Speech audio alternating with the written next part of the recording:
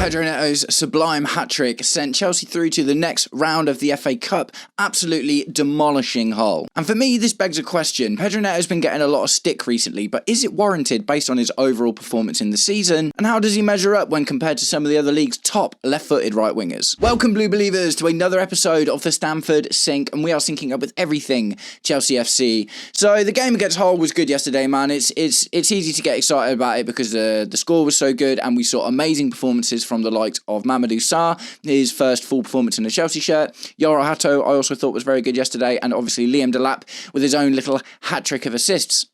And although there is a lot to talk about, what I really want to talk about today is Pedro Neto. And I am not the only one who's been giving Pedro Neto a bit of criticism recently because he has come under fire for some poor performances. But in the grand scheme of things, I think Pedro Neto is great, and I really like having a player of his kind of calibre and quality in and around the squad. With a lot of talks about who gets sold to bring in players next season, I think we need to take a look at Pedro Neto's overall performance and see that he is actually going from strength to strength. And in order to highlight this, I've decided to compare Pedro Neto's season stats thus far against other contemporaries in his position, right? The likes of Bukayo, Saka, Phil Foden, Mohamed Salah, and we're going to take a little look at Noni Madueke as well, who is ultimately the player we sold that he has kind of replaced. But guys, before we get into it, if you are enjoying the content and would like to see more, please do me the distinct honour of liking and sharing the video, subscribe to the channel, or just roast me in the comments, whatever gets you through your day. Right, so the first thing we do is we take a look at Pedro Neto's stats for the season, and here they are in a nutshell.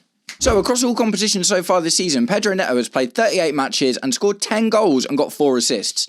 Now, 14 goal involvements at this point of the season for a winger, I think is good. Like, it's just really good, isn't it? When you any stretch across any team, that's you know, not elite output. Do you know what I mean? We're not talking about one of the best wingers in the world, but definitely up there with some of the best wingers in the Prem, as we're going to take a little look at right now. So first off, we're going to take a look at the league leaders, Arsenal, and I've got 2 players to look at from Arsenal. We're going to start with Bukayo Saka, who has played 32 matches this season, has got 7 goals and 5 assists for a combined GA of 12. So 2 behind Pedro Neto in the grand scheme of things at the moment for the amount of stick that Pedro Neto has been getting and the distinct lack of stick that I've seen surrounding Bukayo Saka's performances this season, albeit they are, you know, in front in the league.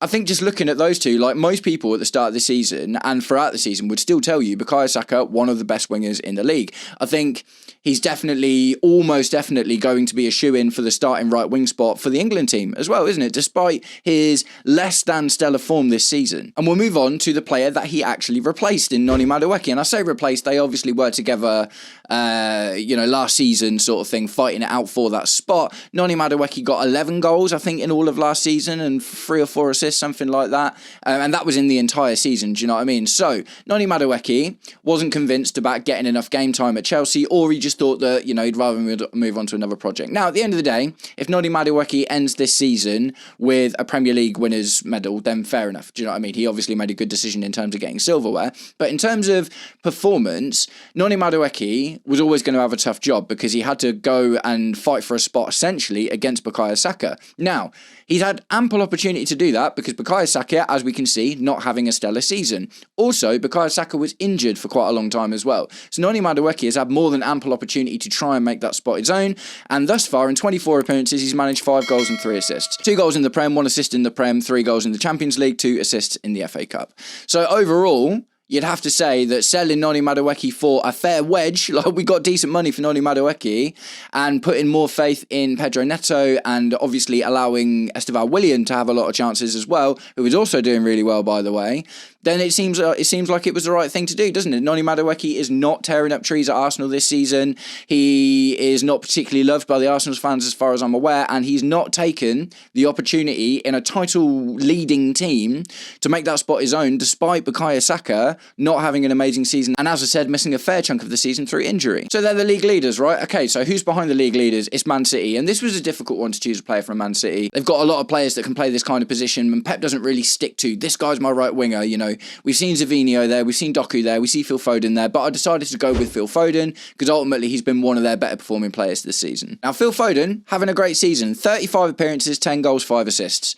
So ultimately, That's, yes, one assist, one GA in front of Pedro Neto, but that means that Pedro Neto, as of right now, is up there with Phil Foden in terms of numbers for the season. He's played up 3 more games, and, in that extra 3 games, maybe Phil Foden gets another GA, but at the same time, this isn't me trying to say, is Pedro Neto than Phil Foden? It's like, look who he's comparable to. Do you know what I mean? Phil Foden has definitely been massively back on form this season, and people have been waxing lyrical about him, and I don't really see him get... some content creators, yes, but for the most part, I don't see a huge amount of stick being aimed at Phil Foden, because ultimately he looks like he's having a really good season, whereas with Pedro Neto, a lot of people have been really, really critical of him. And yes, he has had some poor performances, but overall his numbers show you that he is punching it up there with some of the best in the league. And speaking of some of the best in the league, although they're not having an amazing season, we're going to take also a little look at Liverpool's Mo Salah. So, in this season so far, Mo Salah has played 26 games, got 6 goals and 7 assists for a GA of 13. Now, his assist rate, obviously really, really good, but even then, Pedro Neto in front of Mo Salah this season. And don't get me wrong, Mo Salah's also come under some fire and stuff, but he's still an amazing player. He's still easily one of the better players in the league. And again, this is where Pedro Neto, the kind of company that Pedro Neto is finding himself in at the moment. So it's interesting. And like I say, the point of these stats is not to say Pedro Neto's the best player in the league or whatever. Do you know what I mean? It's nothing like that at all. It is just kind of to temper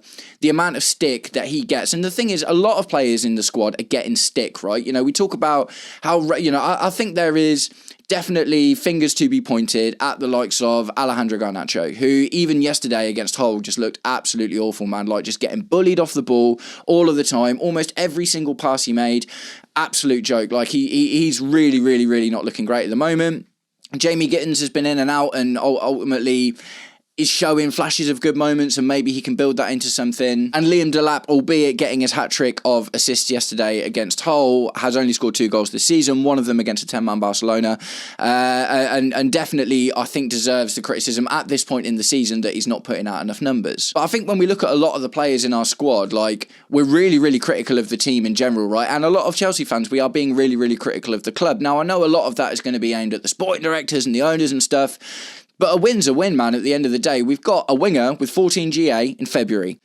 That's pretty good. It is not unreasonable to think that Pedro Neto may well end the season with 20 plus GA. Do you know what I mean? 20 plus goals and assists. I don't think it's crazy to think that Pedro Neto could get another 4 or 5 goals throughout the season and maybe another 4 or 5 assists. So he could actually end the season with what would be comparably elite numbers to the majority of other players in the league if the current trends carry on the way they are. Maybe he goes on a purple patch, maybe he disappears for a little while, we'll have to see. Obviously, quite recently, there was all that noise, wasn't there, about Pedro Neto's trying to look for a way out and this, that and the other. We're all so hyperbolic about it, man. We're all so hyperbolic about it. But like I say, that isn't looking at the performance stats throughout. Like, and at the end of the day, don't get me wrong, I've also sat there watching Pedro Neto a couple of times recently and been like, oh man, this guy, do you know what I mean? Just not definitely not performing the way we want him to. But at the end of the day, like, when you look at the numbers, man, he's up there with some of the best players in the league at the moment. So I think we should probably roll back on the stick a little bit. And ultimately, we should want to keep him, especially going into next season. Like, we are constantly crying out for, we need experience in the team. Like, Pedro Neto, at the moment, 25? Going to be 26 soon? Something like that? He is the experience in the team right now. He is probably the oldest quality player that we've got, other than Reece James, do you know what I mean? But as far as the attacking options go, he's probably the oldest quality player that we've got. And going into next season, he's going to have a couple of years under Chelsea. He's managed to almost completely... Well, actually, I don't think injury's even been a big problem for Pedro Neto this season. I know he's missed a couple of games and, here and there, but compared to his time at Wolves, which was absolutely diabolical, he was getting injured all the time, he's come back from that, made himself a better player, and is putting up really, really good numbers. The concern for me as well about selling Pedro Neto, right? So obviously we've got Giovanni Quenda coming in at the end of the season. Esteval Willian is going from strength to strength and is looking to have a better season this season than Pedro Neto did in his first season. And I wouldn't be surprised to see Esteval Willian outstrip Noni Madueke's last season in a Chelsea shirt either. But the issue we have is if we sell Pedro Neto, our right wing is then held by 2 19-year-olds, which they will be at the time of next season. Do you know what I mean? And we need that experience in the squad. And as we've seen, because yesterday as well, for the most part, Pedro Neto was actually playing in the centre of attack. So all of a sudden, we've just realised that Pedro Neto is actually admirable deputy to Cole Palmer in those situations as well. He's left-footed, obviously not exactly the same kind of player, but look at some of the goals yesterday, man. Like, absolutely wicked goals. He can arrive late in the box, he can shoot from distance, he can sprint up and down the byline. Like, he's a really versatile player, and I thought he might have been one of the ones that was suffering from the change in tactics, right? Because he always looked pretty good under Enzo Maresca, but he definitely, since Liam Rosenior came in and there's been a big shift and change up and stuff, I wasn't sure if Liam Rosenior's freedom style and man management first thing was really working for him, where it seemed like maybe Pedro Neto was a player that benefits more from rigid tactical instruction, be here in this moment, do that. But as we can see from yesterday, he was given freedom, he scored a hat-trick. And like I say, man, one of the worst things that could happen for me is we lose Pedro Neto and Esteval Willian and Giovanni Quenda are the only decent right wingers we've got next season. And don't get me wrong, I think both of them might be absolutely phenomenal, but to completely remove all of the experience from that side, I think just probably is not a good idea. And at the end of the day, Esteval Willian can play in the middle and on the left. We know that Giovanni Quenda can play on the left as well. We did quite a lot for Sporting so far. And Giovanni Quenda is a much more creative player. Like, he definitely, his assist numbers are generally a lot higher than his goals.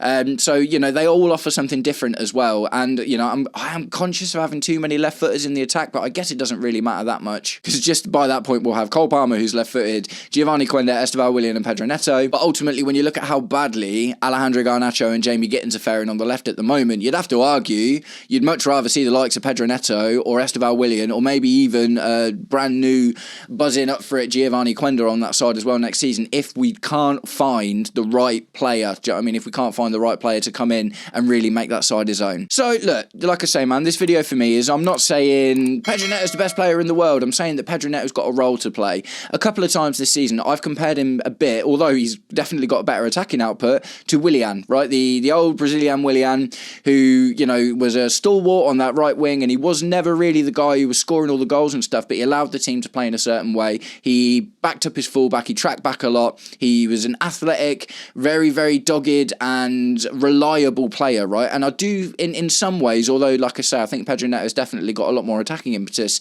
than William Borges de Silva had, I think that that's the kind of player that we've got. It's not necessarily a guy that's, well, he might get 20 plus GA this season, so, maybe I'm going to eat my words in that, but what I do, he obviously hasn't got the same ceiling as like an Esteval Willian, who looks like he could become an absolute world beater. Giovanni Quenda, ultimately the jury is still out because he's doing very well in Portugal, but as we've seen, players don't always come straight into the league and just absolutely tear it up, do they? So, I will reserve judgment on Giovanni Quenda, although he looks fantastic.